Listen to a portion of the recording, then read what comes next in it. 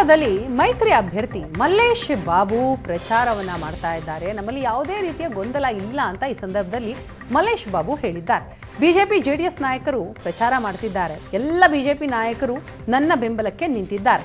ನರೇಂದ್ರ ಮೋದಿ ಮತ್ತೆ ಪ್ರಧಾನಿ ಆಗಬೇಕು ಅನ್ನೋದು ನಮ್ಮೆಲ್ಲರ ಬಯಕೆ. ಕಾಂಗ್ರೆಸ್ನವರು ಯುವಕರಿಗೆ ಹಣ ಕೊಟ್ಟು ಸೋಮಾರಿ ಮಾಡ್ತಾ ಇದ್ದಾರೆ. ಕೋಲಾರಕ್ಕೆ ಕೃಷ್ಣಾ ನದಿ ತರುವ ಪ್ಲಾನ್ ಇದೆ ಅಂತ ಮಲ್ಲೇಶ್ ಬಾಬು ಹೇಳ್ತಾರೆ. ಈ ಬಾರಿ ಗೆಲ್ಲೋದು ಖಚಿತ, ಲೀಡ್ ಬಗ್ಗೆ ಯೋಚನೆ ಮಾಡಿಲ್ಲ ಅಂತಲೂ ಕೂಡ ಹೇಳಿದ್ದಾರೆ. ಮೀಸಲು ಕ್ಷೇತ್ರದಲ್ಲಿ ಬಹಳಷ್ಟು ಬಿರುಸಿನಾಗಿ ಪ್ರಚಾರ ನಡೀತಾ ಇದೆ. ಅದರಲ್ಲೂ ಕೂಡ ಮೈತ್ರಿ ನಾಯಕರು ಮತ್ತೆ ತಮ್ಮ ಕ್ಷೇತ್ರವನ್ನು ಉಳಿಸ್ಕೊಳ್ಬೇಕು ಅಂತೇಳಿ ಈಗ ಸಾಕಷ್ಟು ಪ್ರಚಾರವನ್ನು ಮಾಡ್ತಾ ಇದ್ದಾರೆ. ನಮ್ಮ ಜೊತೆಗೆ ಈಗ ಮೈತ್ರಿ ಅಭ್ಯರ್ಥಿ NDA ಅಭ್ಯರ್ಥಿ ಆಗಿರ್ತಕ್ಕಂಥ ಮಲ್ಲೇಶ್ ಬಾಬು ಅವರಿದ್ದಾರೆ. ಅವ್ರನ್ನೇ ಮಾತಾಡ್ಸೋಣ. ಸರ್, ಈಗ ಕೋಲಾರದಲ್ಲಿ ಇನ್ನೇನು ಕೆಲವೇ ದಿನಗಳಲ್ಲಿ ಎಲೆಕ್ಷನ್ ಮತದಾನ ಇದೆ ಸರ್. ಸೊ ಪ್ರಚಾರ ಯಾವ ರೀತಿಯಾಗಿ ನಡೀತಾ ಇದೆ?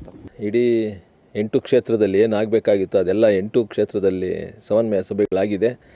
11ನೇ ತಾರೀಕಿಂದ ಬಂಗಾರಪೇಟೆ ವಿಧಾನಸಭಾ ಕ್ಷೇತ್ರದಿಂದ ಶುರು ಮಾಡಿ 12, 13 ಶ್ರೀನಿವಾಸಪುರ, 14, 15 ಸಿದ್ಲಘಟ್ಟ, 16, 18 ಮುಳಬಾಗಿಲು, ಹಿಂಗೆ ಪ್ರತಿ 2 ದಿನಕ್ಕೆ ಒಂದೊಂದು ವಿಧಾನಸಭಾ ಕ್ಷೇತ್ರ ಮುಗಿಸ್ತೀವಿ. ಏನು ದೊಡ್ಡ ಕ್ಷೇತ್ರಗಳಿದೆ ಅದು 2 ದಿನ ತೊಗೊಳ್ತೀವಿ. ಒಂದು ಚಿಕ್ಕದಾಗಿರೋದು ಬಂಗಾರಪೇಟೆ, ಕೋಲಾರ ಇವೆಲ್ಲ ಒಂದೊಂದು ದಿನದಲ್ಲಿ ಮುಗಿಸೋಕ್ಕೆ ಪ್ರಯತ್ನ ಮಾಡ್ತಾಯಿದ್ದೀವಿ. ಈಗ BJPಯನ್ನು ತಪ್ಪಿಸಿ ತಮಗೆ ಟಿಕೆಟ್ ಸಿಕ್ಕಿದೆ ಅಂದರೆ ಅವರು ಕೂಡ ತಮ್ಮ ಜೊತೆ ಚೆನ್ನಾಗಿ ಕೆಲಸ ಮಾಡ್ತಾ ಇದ್ದಾರೆ. ಹಾಲಿ ಸಂಸದರು ಉಳಿಸ್ಕೊಳ್ಳುವಂತಹ ಜವಾಬ್ದಾರಿ ತಮ್ಮ ಮೇಲಿದೆ. ಸೊ ಯಾವ ರೀತಿಯಾಗಿ ನಡೀತಾ ಇದೆ? ನಿಮಗೆ ಬೆಂಬಲ ಯಾವ ರೀತಿಯಾಗಿ ಸಿಗ್ತಾ ಇದೆ?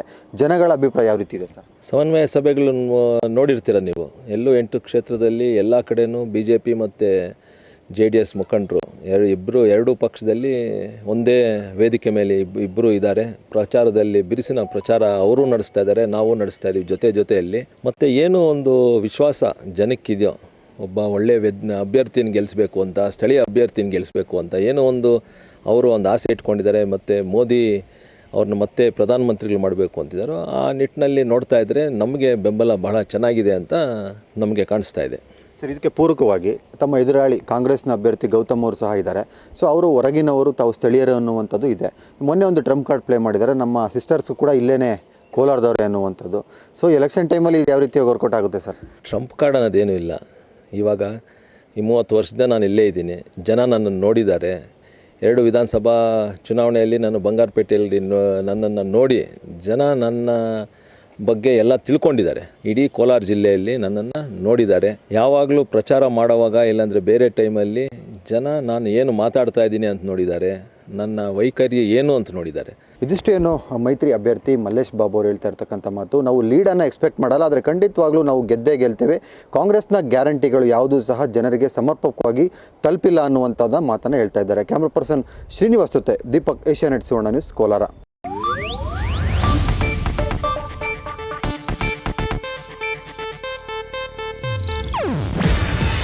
ಇದು ಏಷ್ಯಾನೆಟ್ ನ್ಯೂಸ್ ನೆಟ್ವರ್ಕ್ ಪ್ರಸ್ತುತಿ. ನೀವು ನೋಡ್ತಿದ್ದೀರಾ ಏಷ್ಯಾನೆಟ್ ಸುವರ್ಣ ನ್ಯೂಸ್.